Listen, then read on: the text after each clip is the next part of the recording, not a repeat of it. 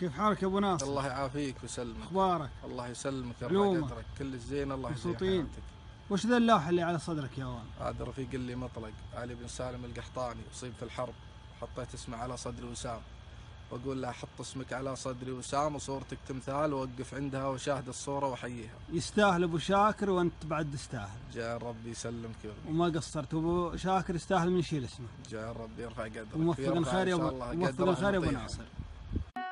من كثر ما يمشى واشوى رسمه هدى، والله النقاع حولي ما عاد شلني، احتزم بي واضرب القاع وملك فدا، شاعر من دون الربع يحسن ينثني، الاحكام صم خطه وريق ولا زنبدا، الهزل اهل الهزل لما نعنها غني، الهزل اهل الهزل لما نعنها غني، مرحبا عند الجني مرها حد ومدى، عند ابو مبارك فهد جعل يتهدني، خلوا الشباب فهد جواله دوي وصدى، والحبوت الحبتان ما تزالوا تنفني، في محل صاحبه شاع مضاوه، ما عقد حجاله بوجه ضيفانه، الشحم والعود الازرق كسى جوه، والدلال الصفر بالهيله مليانه، نحتفل لقى ضيفه على القوه، عادته من طيبها